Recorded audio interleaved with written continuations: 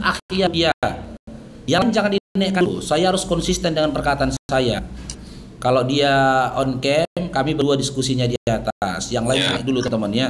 Izin ya. Bantu saya untuk konsisten dengan perkataan saya teman-teman ya. Ya. Gimana tadi, Mr. Fans? Tadi saya sudah sampaikan bahwa temanya kita kan mengenai salib. Iya. Terus? Ya, sesuai yang tertera di atas itu kan. Iya. Ya, saya mau tanya, apakah Bang Faruk percaya tentang penyaliban? Apakah saya percaya tentang penyaliban? Kalau dicerminkan dengan iman kami dalam iman Islam, terkhusus dalam surah An-Nisa 157 dan 158, benar adanya penyaliban itu. Kejadian penyalibannya benar ada. Tapi tentang siapa yang disalibkan, ya, di dalam Al-Qur'an Allah memastikan yang disalibkan itu bukan Isa ibnu Maryam, tetapi sosok yang diserupakan dengan dia. Nah, kalau kita komparasikan ke dalam iman Kristen, ya, mungkin ya Mr. Fans ini entah mendengar yang lagi viral atau tidak mendengar. Karena saat ini kan ada berita yang lagi viral tuh, di mana apologet Kristen itu saling berdebat atau bisa dikatakan konsili, mengadakan pertemuan untuk menyampaikan pendapat, di mana ada salah satu apologet Kristen itu mengklaim penyaliban Yesus itu merupakan keinginan dari iblis. Nah, apologet Kristen yang lainnya mengatakan penyaliban dari Yesus itu merupakan keinginan dari Bapa. Nah, yang jadi pertanyaan ketika kita membahas tentang konsili penyaliban ini tadi, saya tanya kepada Pak Pence, kalau Anda sendiri lebih condong kemana? Pendapat siapa? Penyaliban itu rencana dari iblis, keinginan dari iblis, karya dari iblis, atau keinginan dari Bapa? Jelas dari Bapa. Oh, berarti penyaliban itu keinginan dari Bapa. Penyaliban. Ya, jadi tanpa penyaliban maka tidak ada manusia bisa selamat. Karena melalui penyaliban ada pengorbanan anak Allah itu sendiri sehingga manusia bisa selamat. Tujuannya kan Yesus datang ke dunia ini kan untuk menyelamatkan manusia. Dengan cara bagaimana? Ya dengan cara mengorbankan dirinya. Begitu. Oke, berarti sama seperti pertanyaan itu. Oke, berarti dengan kata lain, tanya di Google, di Google. Gak usah, nanti kita buka Bible saja, jangan Google. Kita baca Bible saja nanti. Itulah, jangan Google. Google itu kan cerminan jawab dari. Iya, oke. Ketika Anda mengatakan penyaliban itu adalah rencana dari Bapa, berarti dengan kata lain, Bapa lah yang menginginkan kematian Yesus di kayu salib, gitu. Benar? Betul sekali. Berarti Bapa lah yang menginginkan kematian Yesus di kayu salib, benar?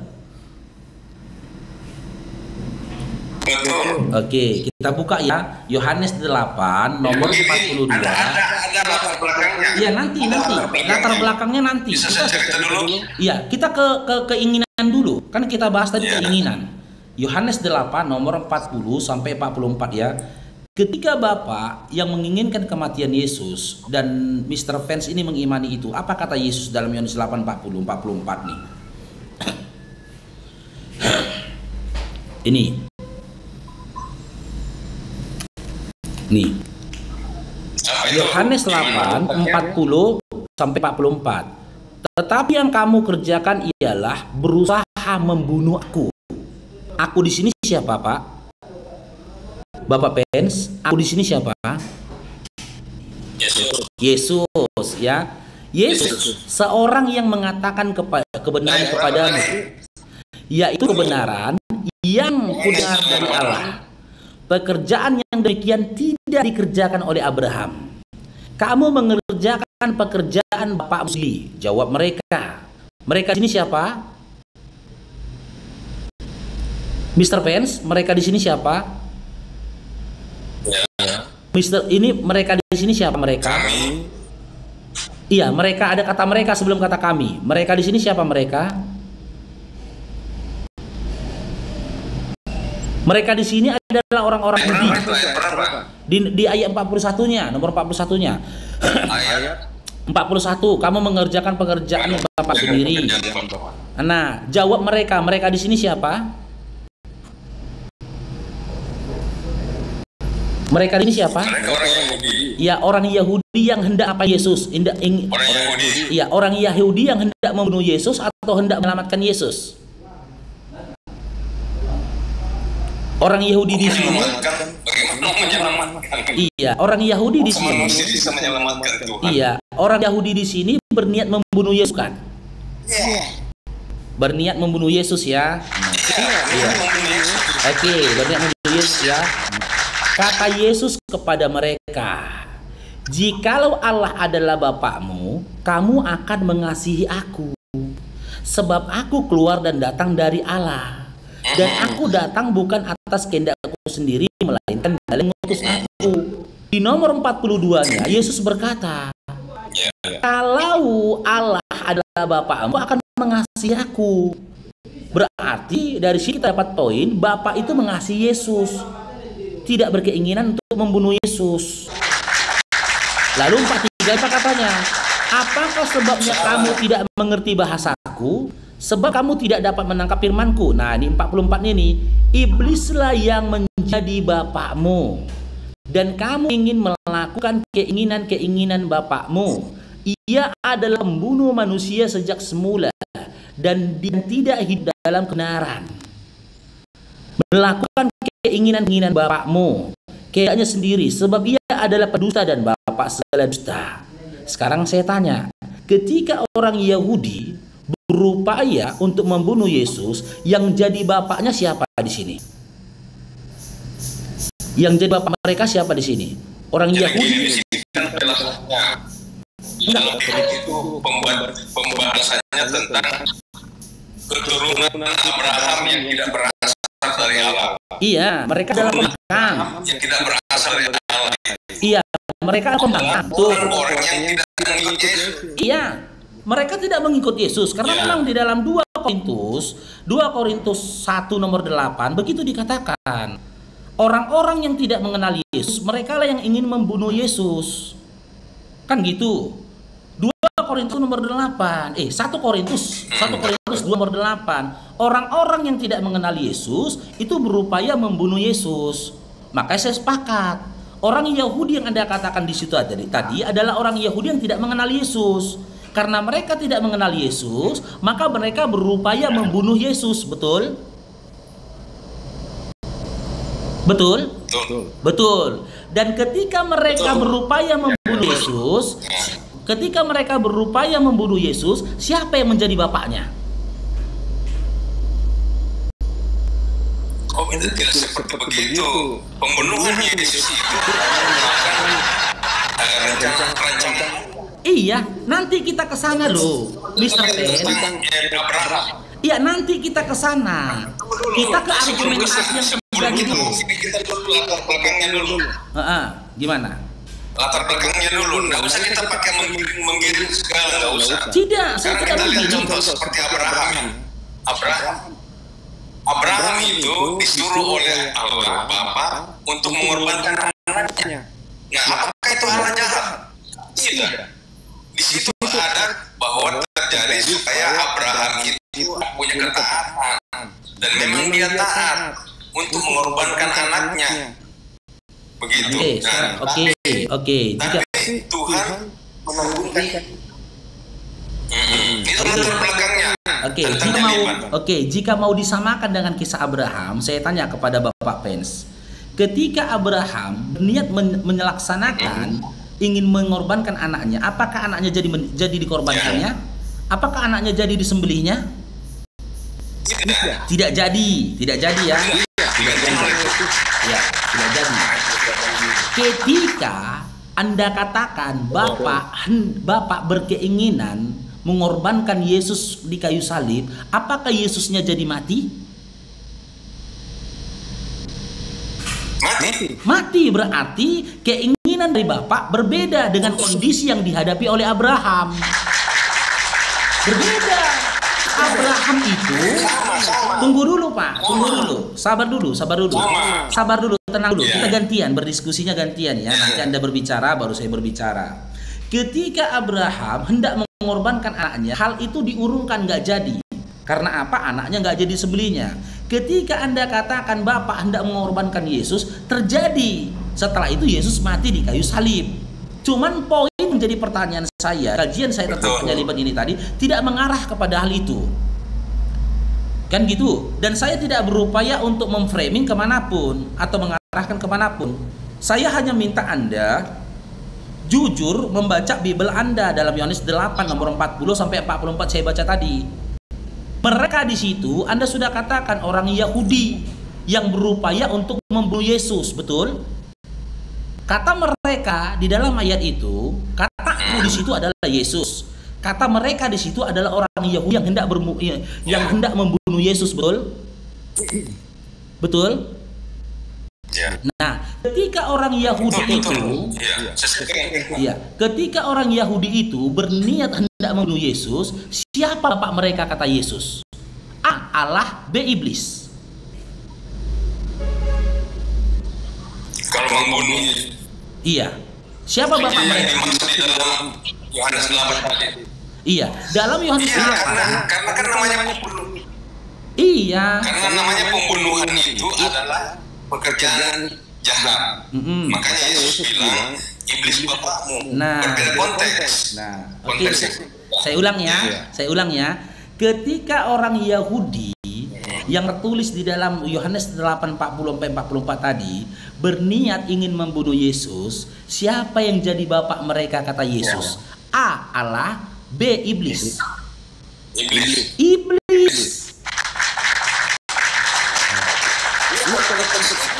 Nah, oke. Tetapi ada tetapinya, ya. Itu kan namanya eksekusi salib. Tetapi perencanaan salib itu ada dari Bapa.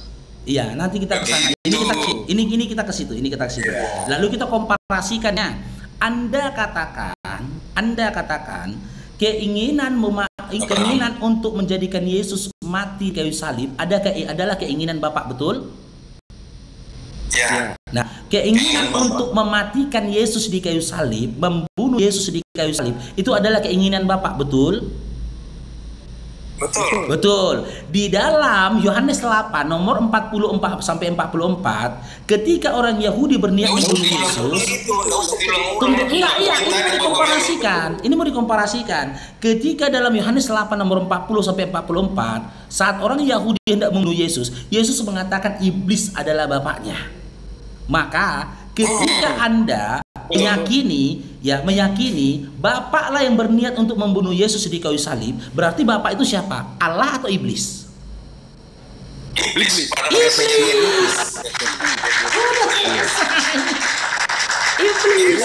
Ternyata Bapak yang Anda maksud di situ adalah iblis. Eksekusi salib. Iya. Di situ harus kamu mengerti perencanaan itu dari Allah Bapa, sedangkan eksekusi itu lain. Makanya Yesus bilang, karena kamu melakukan yang jahat, maka iblis bapakmu. Beda dong. Iya, sudah. Jadi begini ya, jelaskan sedikit. Jadi Abraham disuruh oleh Tuhan untuk mengorbankan anaknya, dan Abraham setia, dan dia lakukan itu tapi Tuhan larang. Kenapa Tuhan larang? Tuhan tidak mau mengorbankan orang berdosa. Tuhan mau mengorbankan anaknya sendiri yang tidak berdosa, untuk supaya manusia itu angkat dari dosanya. Itu tujuannya tentang salib. Karena tanpa salib maka manusia tidak akan selamat. Begitu. Jadi itulah rancangan Allah. Rancangan Allah untuk menyelamatkan manusia. Kalau yang tadi peristiwanya tadi eksekusi salib, begitu bedakan. Jadi kita harus bedakan antara perencanaan dengan eksekusi. Jadi iblis di sini justru ingin menggagalkan penyaliban. Kenapa? Kenapa iblis mengagalkan penyaliban? Supaya manusia itu tidak selamat. Ya, agar manusia itu janganlah ada yang selamat. Makanya iblis mengagalkan penyaliban. Coba lihat, baca di Matius 16 ayat 21 sampai 23. Ya, silakan dibaca. Petrus dirasuki oleh iblis agar dan menarik Yesus. Petrus mengatakan janganlah hal itu terjadi karena Yesus sudah menyatakan bahwa dia akan menderita mati begitu. Tapi bangkit kembali, Yesus sudah menyatakan itu. Tapi Petrus tidak mau, jangan begitu. Supaya itu dijauhkan dari Allah. Tapi apa kata Tuhan Yesus? Bilang, pikiranmu adalah pikiran manusia. Hanyalah engkau itu. Begitu. Jadi iblis di sini memang berupaya untuk mengagalkan penyaliban. Pertama, dengan cara menggoda iblis, mencobai Tuhan Yesus. Ketika iblis mencobai Tuhan Yesus dan Tuhan Yesus tidak ragu. Bahkan Tuhan Yesus mengatakan jangan mencobai Tuhan Allah. Di situ Tuhan Yesus mengucapkan bahwa Dia adalah Tuhan Allah. Kemudian peran iblis yang kedua yaitu membisikkan Yudas agar dia berkhianat. Dan Yudas ternyata dia berkhianat. Pada akhirnya dia menyesal. Dia menyesal tapi tidak bertobat. Sehingga dia mati bunuh diri. Itulah Yudas. Terakhir Petrus. Memang iblis itu berusaha untuk mengagalkan penyaliban supaya manusia itu tidak selamat. Begitu. Itu intinya penyaliban. Jadi lambang Kristen itu kan salib. Nah, di dalam salib itu ada kehidupan. Boleh gantian, Begitu. boleh gantian, Pak Mr. Tunggu dulu sekali lagi, poinnya lagi sedikit lagi. Jadi, iblis merancang salib penyaliban, maka orang Kristen tidak ada gunanya, sia-sia. Apa? Orang Kristen hidup sembah salib yang merupakan karya besar agung dari Allah Bapa, rencana agung dari Allah Bapa, dirasuki oleh iblis begitu. Sudah? Intinya begitu, poinnya bahwa iblis menggagalkan penyaliban. Terima kasih. Oke, saya tanggapi. Ini salah satu bukti bahwasanya teman-teman Kristen ini hidup di dalam dogma dan juga doktrin belaka. Jadi, mereka gagal memahami Bible-nya. Makanya saya bilang, kalau kalian ingin mengetahui Bible, tanyalah kepada mu'alaf yang sudah membaca Bible dan memahami Bible bertahun-tahun lamanya. Contoh Babang Faruk yang ganteng. Di dalam Bible tidak ada satu narasi pun di mana iblis berupaya untuk menggagalkan penyaliban. Tidak ada. Malahan iblislah yang menjadi otak penyaliban. Iblislah yang menjadi sutradara penyaliban. Iblislah yang menjadi sang skenario penyaliban.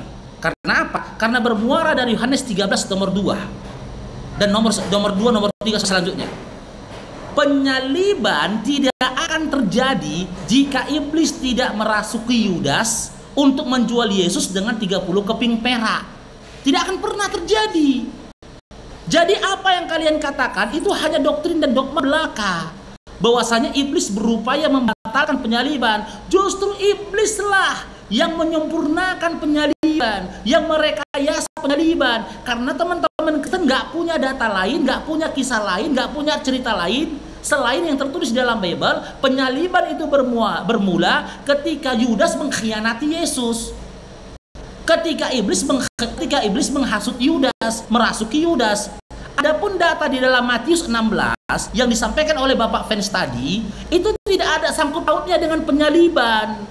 Karena di dalam Matius 16 tadi Yesus tidak berkata, "Aku harus mati di kayu salib untuk menebus dosa manusia." Tidak ada. Bahkan ketika Petrus menebas telinga dari tentara Romawi pada saat itu, Yesus itu memarahi dia dengan mengatakan dia iblis. Karena apa? Itu korelasinya dengan Yohanes 8 nomor 40-44. Iblis itu pembunuh manusia sejak dahulu. Yesus menyaksikan keinginan dari Petrus untuk membunuh tentara Romawi itu tadi.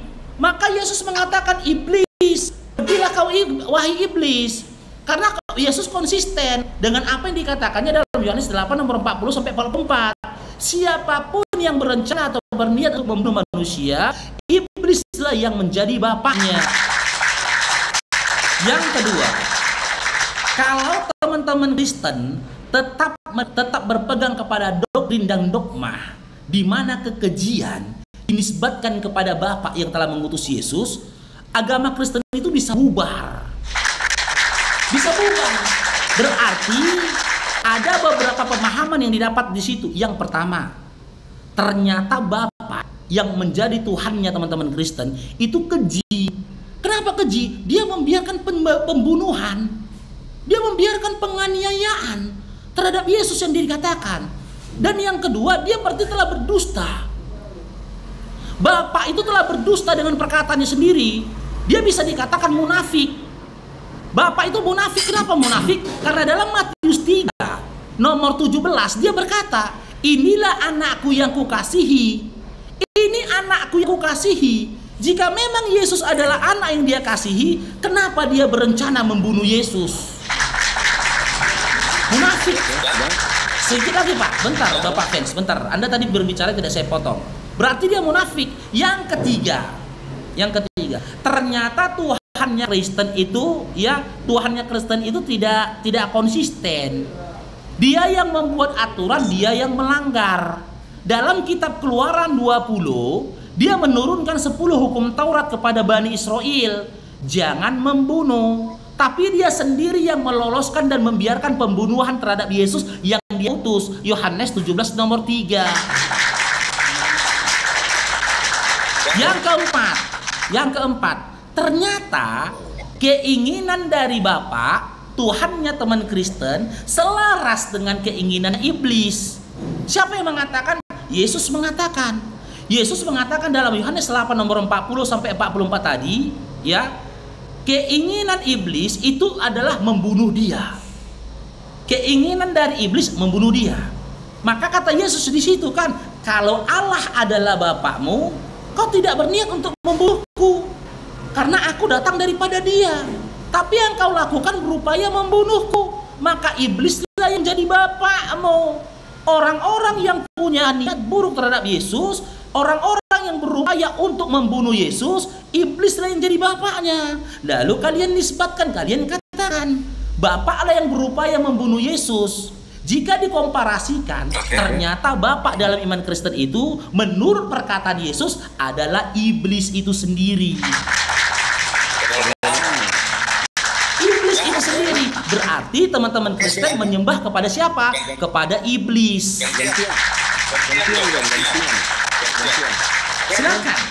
Silakan dibantah Bibelnya, Mr. Pen, silakan.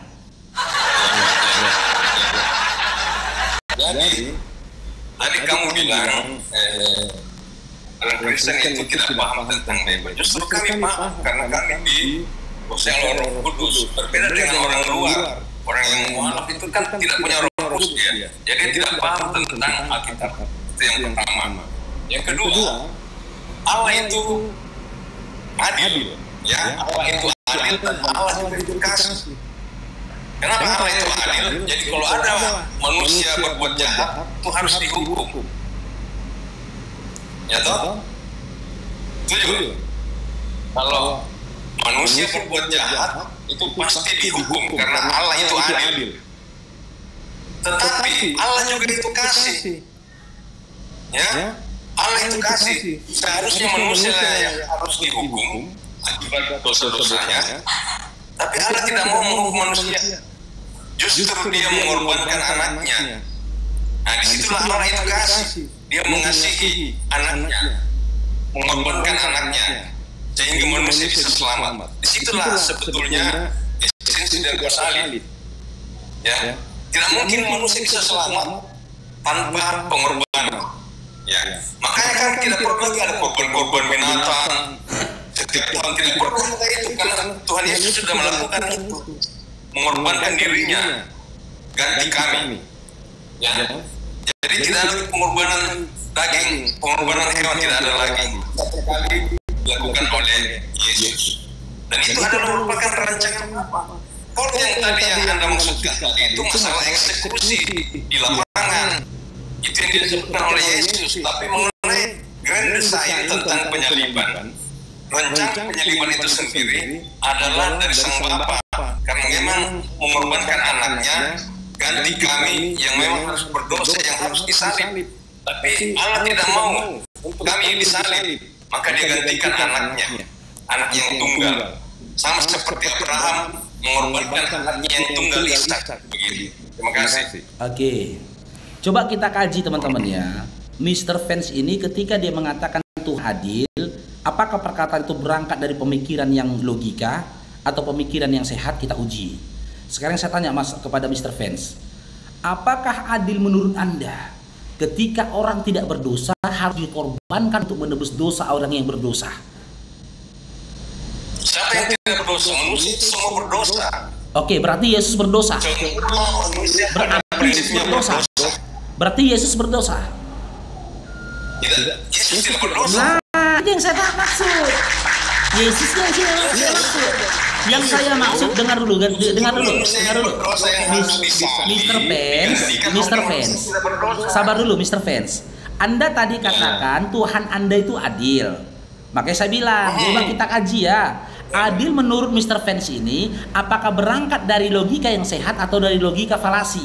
Logika yang salah. Saya tanyakan, apakah di pandangan Anda ini sebuah keadilan ketika orang tidak berdosa harus dikorbankan untuk orang yang berdosa? Apakah itu sebuah keadilan? Itu unsur kasihnya ada di situ. Nanti dulu, jawab dulu itu. Jawab dulu, saya tanya logika Anda. Apakah logika Anda sehat? Apakah logika Anda sehat? Kita kaji lagi ya. Menurut Anda, apakah adil ketika orang tak berdosa harus dikorbankan, dianiaya, dibunuh untuk menyelamatkan orang yang berdosa? Apakah itu adil? Justru keadilan di sini maksudnya begini. Yang saya tanyakan adil apa tidak? Keadilan di sini. Keadilan di sini. Anda tinggal jawab adil atau tidak. Loh, pengertiannya di sini begini. Semua orang yang berdosa itu harus dihukum. Iya, saya tahu semua orang berdosa. Dengar dulu, di dalam iman Kristen semua orang berdosa itu harusnya dihukum. Tapi mereka tidak jadi dihukum karena mereka sudah ditebus darah orang yang tidak berdosa, betul? Nah, sekarang saya tanya, apakah kata adil yang Anda katakan tadi berangkat dari nalar yang sehat? Saya uji dulu. Ketika orang yang tak bersalah harus dikorbankan untuk menyelamatkan orang yang bersalah, apakah itu adil? Ya kan dia mengorbankan anaknya sendiri. Anda tinggal jawab adil atau tidak loh. Adil atau tidak? Dia mengorbankan anaknya sendiri. Adil itu adalah yang adil itu adalah semua manusia. Iya, anak. Sekarang saya tanya ke Dinda Mr. Vance ya. Anaknya ini berdosa enggak? Tidak berdosa. Nah, ketika dia mengorbankan, menumbalkan anaknya yang tidak berdosa untuk menyelamatkan orang yang berdosa, apakah itu adil? Adil dan kasih. Nanti dulu kasihnya. Nanti kita mengarah kepada kasihnya. Ya, ini saya bikin pilihan ganda supaya Anda mudah untuk menjawabnya ya. Ketika ada seseorang yang mengorbankan orang yang tidak bersalah untuk menyelamatkan orang yang bersalah, perbuatan itu apakah perbuatan itu A, adil, B, tidak adil? Jadi begini ya, adil. Sudah teman-teman ya, ternyata perkataan adil, narasi adil itu keluar dari logika orang yang sakit. Nggak ada keadilan. Tidak ada keadilan bagi keputusan mengorbankan orang yang salah untuk menyelamatkan orang yang bersalah. Nggak ada keadilan.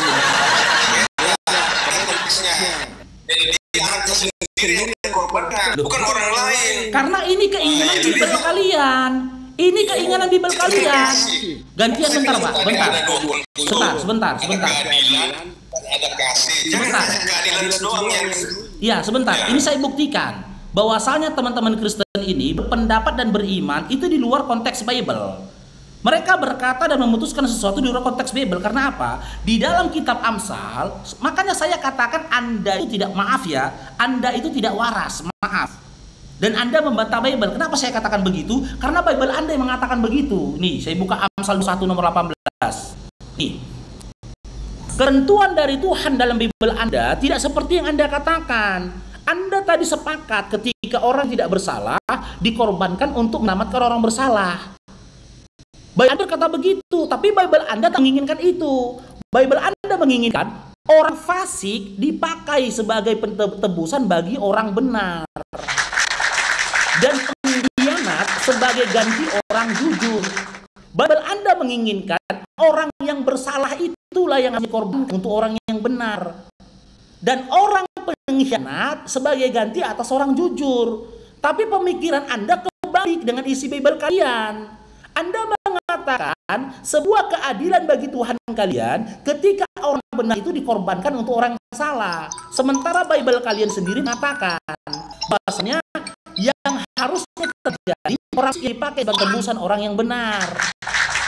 Dan pengkhianat sebagai orang jujur. Ini tertulis dalam Bible kalian. Dan yang kedua, ini yang kedua. Ini yang kedua ini. Matius 3 nomor 17. Nih. Apa kata di sini? Loh, jadi gini, bentar ya. Matius 3 nomor 17. Ini. Matius 3 nomor 17. Ini. Ya. Apa katanya? Lalu terdengarlah suara dari surga yang mengatakan. Suara dari surga ini suara siapa, Pak? Suara Bapak, kata Bapak. Inilah anakku yang kukasihi. Yesus itu anak yang dikasihinya. Jadi jangan Anda sangkakan bahwasanya Bapak itu ingin membunuh Yesus. Bapak itu mengasihi Yesus. Sementara dalam narasi Yohanes 8:40-44 yang ingin menyakiti dan membunuh Yesus itu adalah iblis. Ternyata teman-teman Kristen lebih condong kepada pemikiran dan juga kehendak dari iblis. Bahkan di ayat lain dikatakan, ya, di ayat lain dikatakan, ikutilah dia, dengarkanlah dia. Dengar dulu Pak, sedikit lagi nih. Tidak ada narasi satupun di dalam Bible di mana Bapak berkata, salibkanlah dia. Sebut satu ayat dalam Bible di mana Bapak mengatakan salibkanlah dia.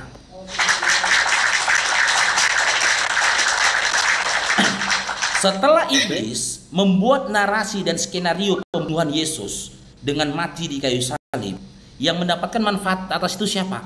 Bukan tentara Romawi, bukan pemerintahan Romawi, bukan Yahudi. Siapa yang mengatur dan membuat manfaat atas semua itu? Siapa? Teman-teman Kristen. Dari rekayasanya iblis, mereka mengklaim mendapatkan penebusan dosa. Maka jangan salahkan ketika orang memandang ternyata iman Kristen itu bangkit, ya, atau lahir dari inisiatifnya iblis.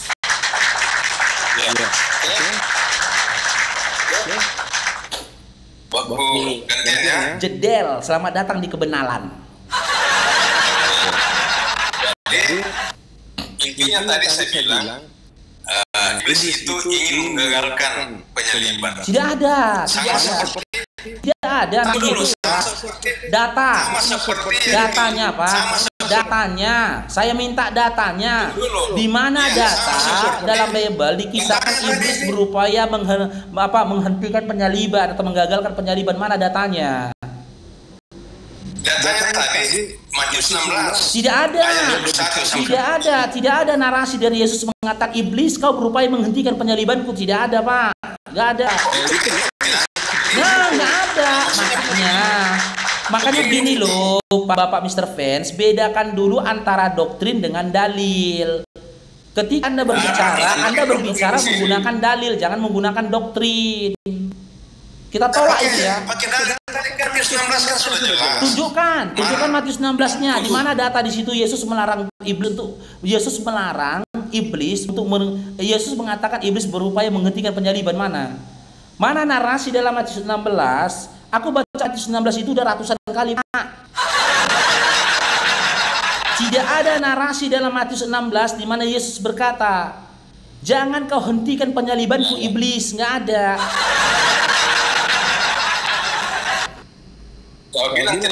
Ya silakan di Matius 16 nomor berapa? Matius 16 nomor berapa?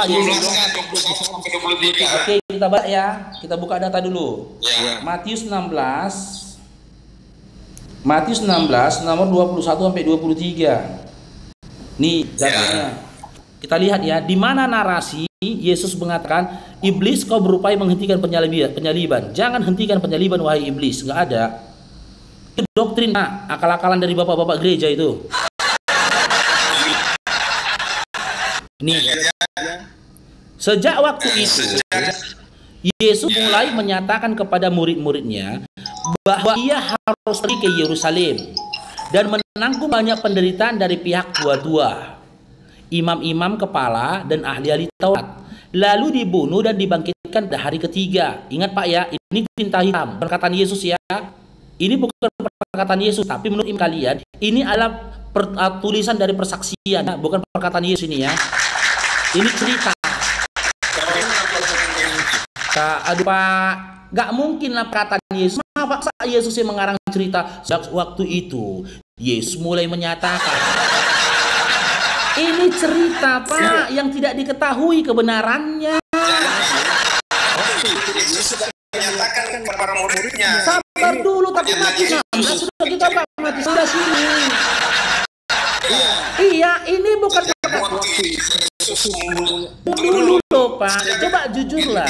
Mulai menyatakan kepada murid-muridnya bahwa ia harus pergi ke Yerusalem dan menanggung banyak penderitaan dari pihak-pihak tua, imam-imam, kepala dan ahli Taurat, lalu dibunuh dan dibangkitkan pada hari ketiga.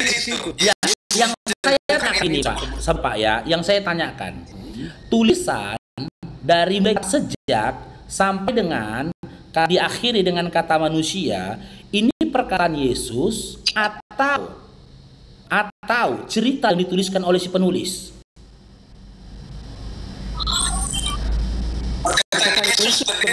Yang mana perkataan? Yang mana perkataan Yesus? Yang mana? Ayat 23. Pak, kalau perkataan Yesus dalam Bible itu bertinta merah, hitam semua. Ini hitam semua. Ini ya, boleh saya narasikan? Iya. Oke. Boleh saya narasikan sebentar penjelasan, Bapak. Makanya saya bilang, kalian kalau mau tahu Bible, tanya sama mu'alaf. Mu'alaf ini sudah bertahun-tahun baca Bible dan mendalaminya. Ini bukan perkaraan Bapak. Dengar dulu Bapak. Gantian kita ngomongnya ya. Iya, dengar dulu.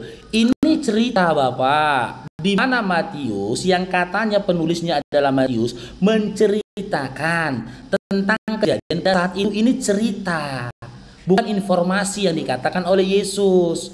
Apa ceritanya? Dia tuliskan di dalam Matius 16 nomor 1-3. Inilah cerita dia. Sejak waktu itu Yesus mulai menyatakan kepada murid-muridnya bahwa ia harus pergi ke Yerusalem dan menanggung banyak penderitaan dari pihak tua-tua. Ini masih cerita semua. Imam-imam kepala dan ahli Taurat, lalu dibunuh dan dibangkitkan pada hari ketiga. Dengar dulu Pak, saya bisa Anda ini loh. Cerita ini, tetapi Petrus menarik Yesus ke samping dan menegur dia. Kata, ini cerita, ini simak ya. cerita, Tuhan, kiranya Allah bukan hal itu dari hal itu, sekali-kali tak akan menimpa engkau. Maka Yesus berpaling dan berkata kepada Petrus, "Enyalah iblis, engkau satu batu sandungan bagiku, sebab engkau bukan memikirkan apa yang dipikirkan Allah, melainkan apa yang dipikirkan oleh manusia." Ini cerita yang dituliskan oleh Matius. Ini cerita yang dituliskan oleh Matius. Sementara di dalam narasi cerita ini, dari Matius 16 sampai dari nomor 1 sampai nomor sekian, sampai selanjutnya sampai habis, tidak ada dalam narasi ini di mana Yesus mengklaim dia hadir di tengah-tengah pada saat kejadian ini. Matius itu nggak ada, Pak, di sini, Pak. Bukan penafsiran. Oke, jika memang Matius hadir, jika memang Matius hadir dalam Matius 16 ini, sebut satu ayat dalam Matius 16 dari nomor 1 sampai selesai, di mana Matius si penulis mengklaim dirinya hadir pada saat kejadian. Di mana? Di ayat berapa? Di ayat berapa? Yang saya tanyakan,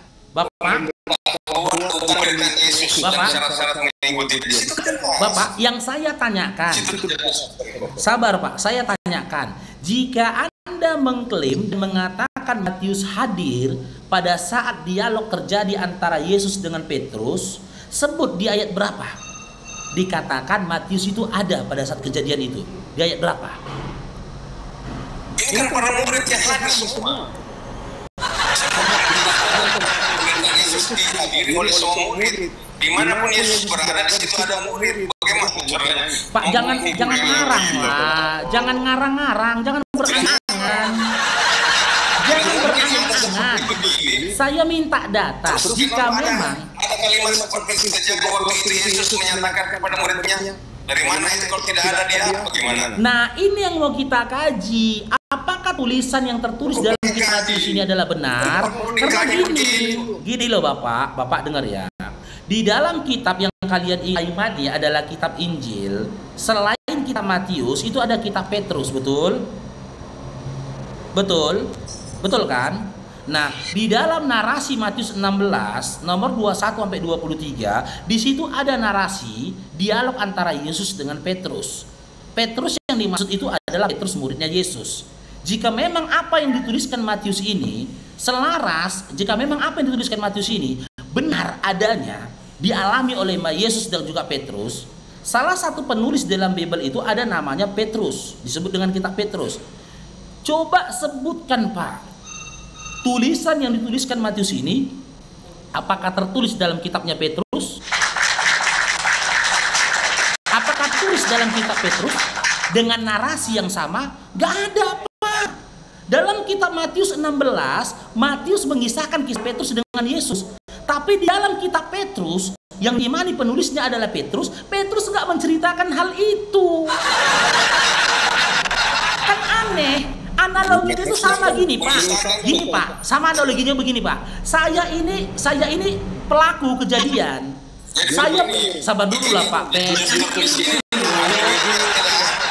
Ini ilmu loh untuk teman-teman Kristen loh. Sabar dulu Bapak Pes. Pada saat kenaikan Tuhan Yesus ke surga, itu tulisan Yesus. Sekarang kok tulisan Yesus kapan pula Yesus menulis Pak? Kapan pula Yesus menulis? Sabar dulu Bapak Pes. Saya master loh Pak. Saya master. Saya belajar Bible itu sudah bertahun-tahun, dengar ya. Silakan bantah saya dengan data, dengar ya. Sabar dulu kok jadi merah. Bapak, sabar dulu Bapak ya. Saya berikan analogi gini. Kejadian saat ini, komunikasi dan juga dialog antara saya sama Bapak saat ini, ya, yang mengalami itu saya. Kan gitu. Lalu ada orang ketiga menuliskan dialog kita ini. Gitu loh. Saya juga menuliskan sesuatu tentang dialog kita ini. Sumber kredibel yang bisa dipercaya, tulisan dari saya yang merupakan tokoh ataupun pelaku, atau tulisan dari orang yang bukan tokoh ataupun pelaku. Tulisan siapa yang lebih kredibel? Yang lebih dipercaya tulisan siapa? Ini kan tulisan para murid Yesus yang hadir pada saat itu disaksikan. Tidak mungkin dia tulis kalau kita disaksikan. itu namanya ngarang bebas. Nah, kalau memang hanya kembali ke pertanyaan saya di awal tadi Bapak, jika memang Matius itu menyaksikan, sebut satu ayat di dalam kitab Matius 16 dari nomor 1 sampai selesai, di mana Matius mengklaim dia hadir pada saat itu. Contoh dengan contoh ya dengar dulu. Iya, contoh dalam Matius 16 dari nomor 1.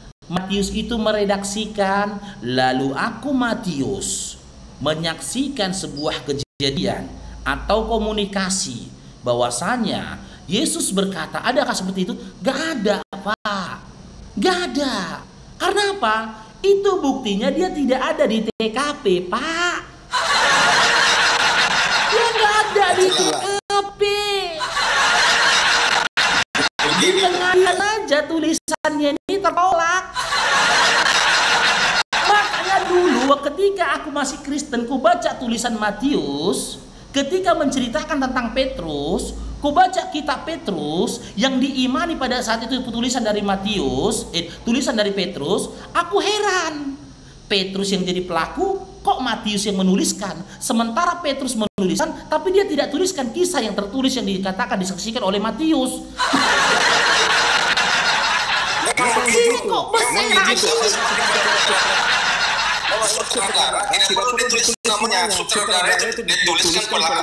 nggak boleh gitu Pak, nggak boleh gitu.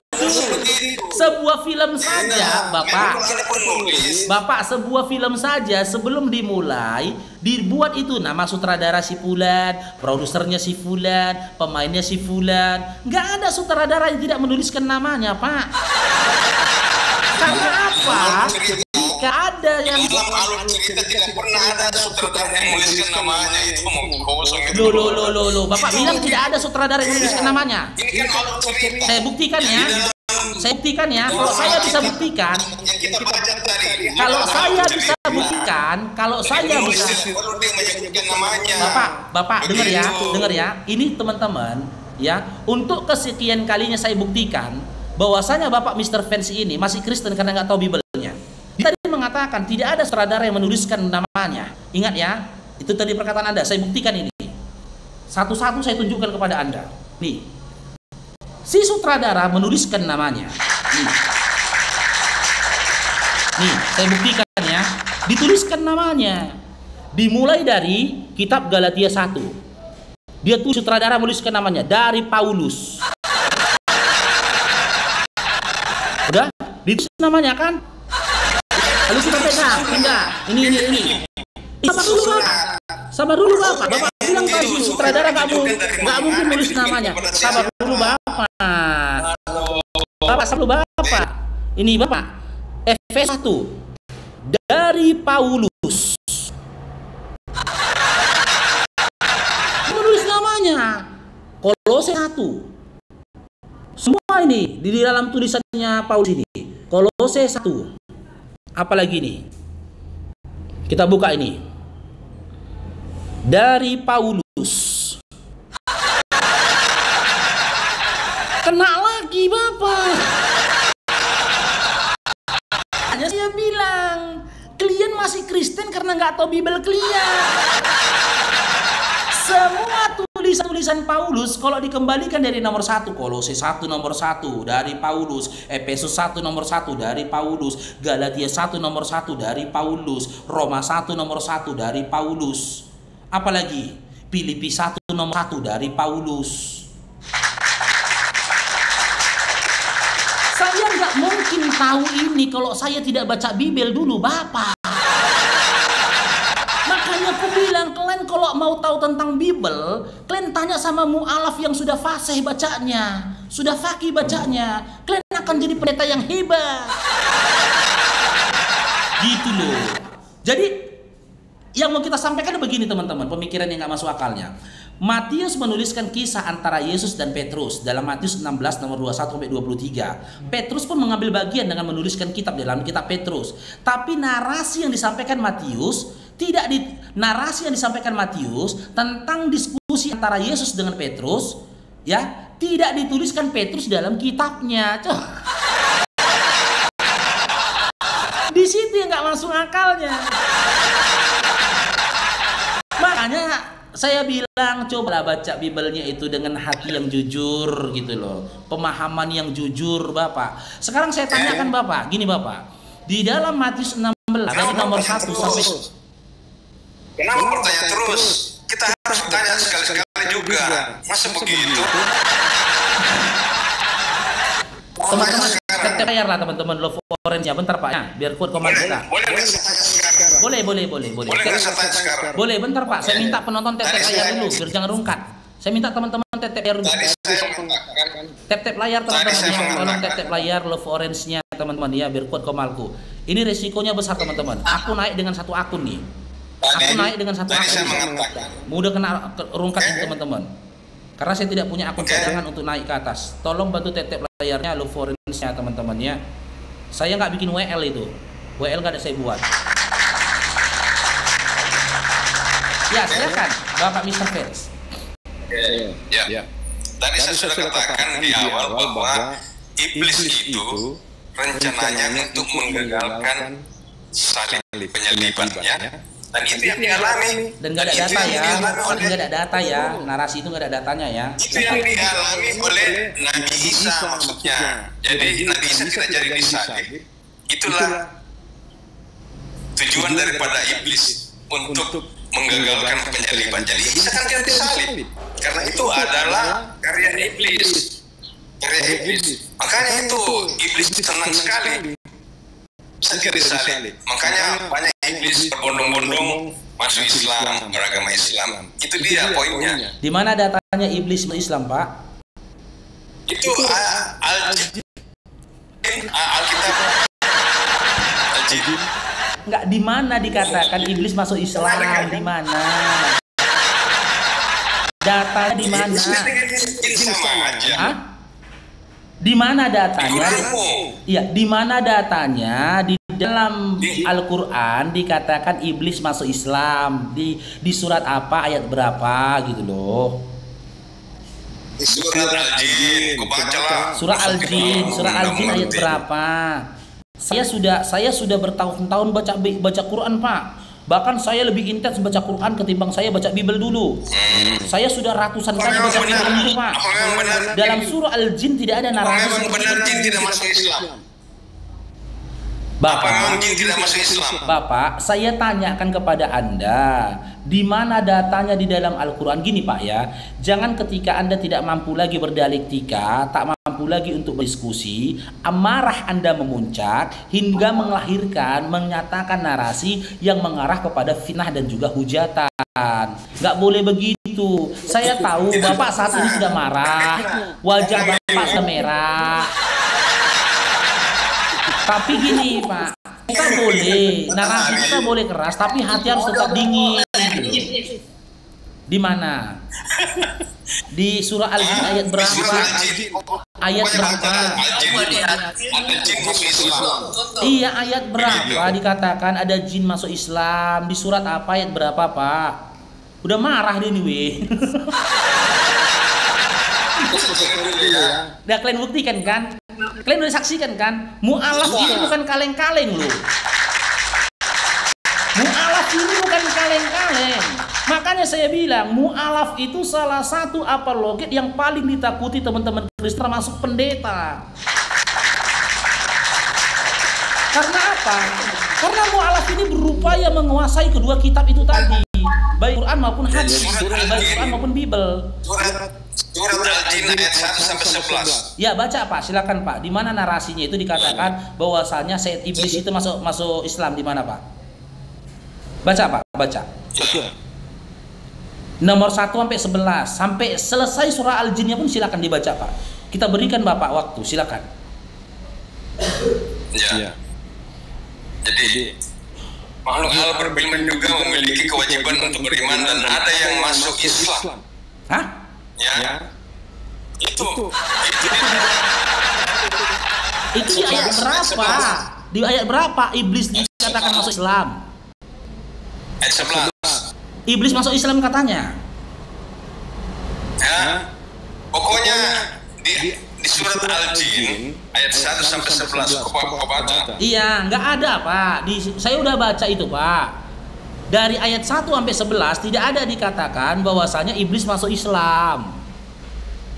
Tidak ada. Masa tidak ada? Coba tampilkan. Ya udah Anda baca lah gitu loh.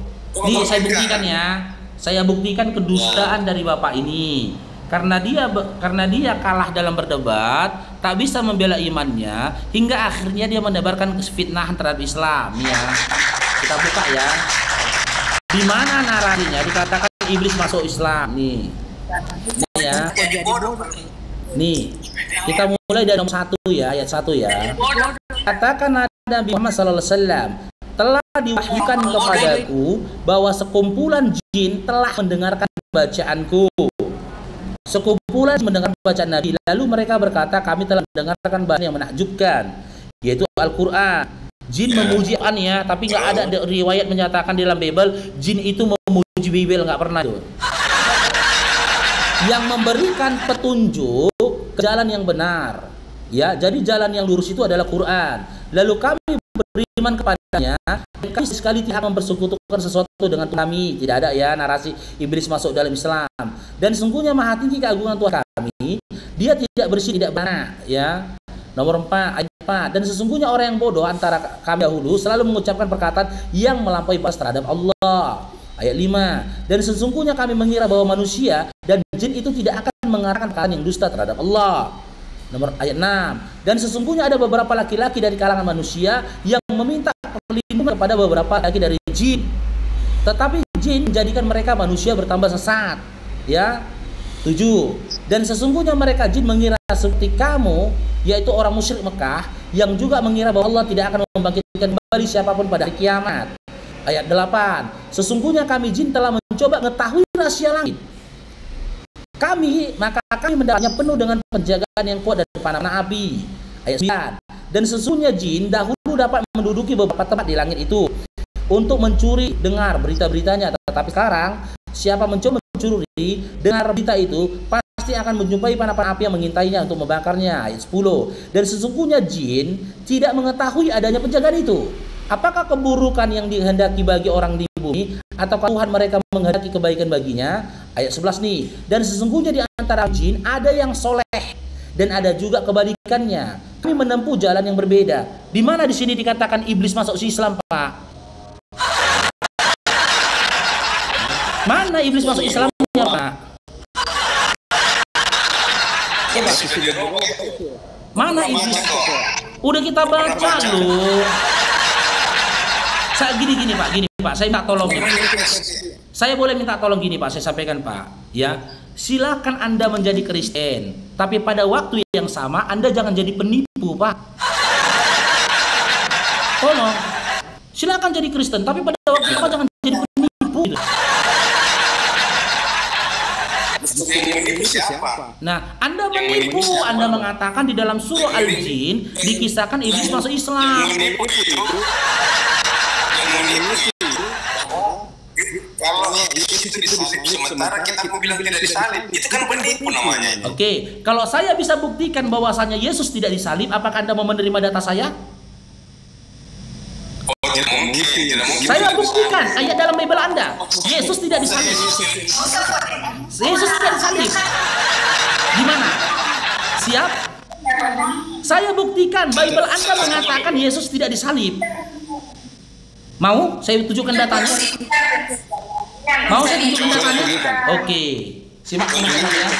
Saya akan buktikan dengan satu data saja hancur doktrin dan dogma tipu-tipu Yon Oten. Tengok ini ya.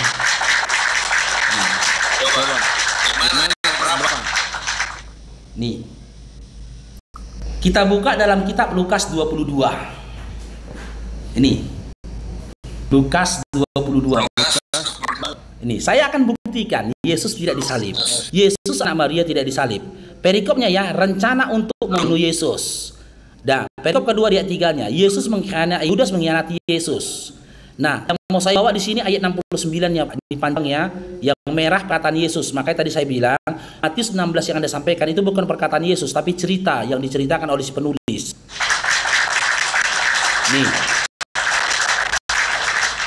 Nih, panjang ya. Saya ambil di ayat 69 yang jadi poinnya ini. Yang jadi poinnya 69 ini. Ini. Nah, baca Pak ayat 69-nya. Mulai sekarang